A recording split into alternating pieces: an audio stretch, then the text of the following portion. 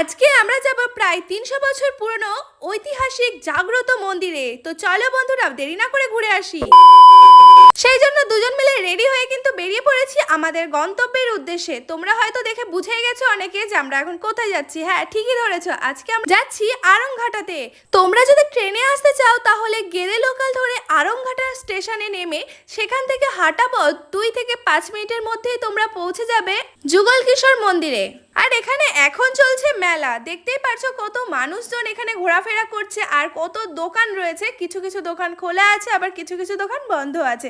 এখন যেহেতু দুপুর সেহেতু কিন্তু সব দোকান খোলা নেই, বলে দিয়েছি আগেই যে কিছু কিছু দোকান খোলা আছে, কিছু কিছু দোকান বন্ধ আছে। এখন এত গরম পড়ছে তাই বেশি মানুষ কিন্তু এখন ঘরের থেকে বেরোচ্ছে না, এত তাপ রোদের।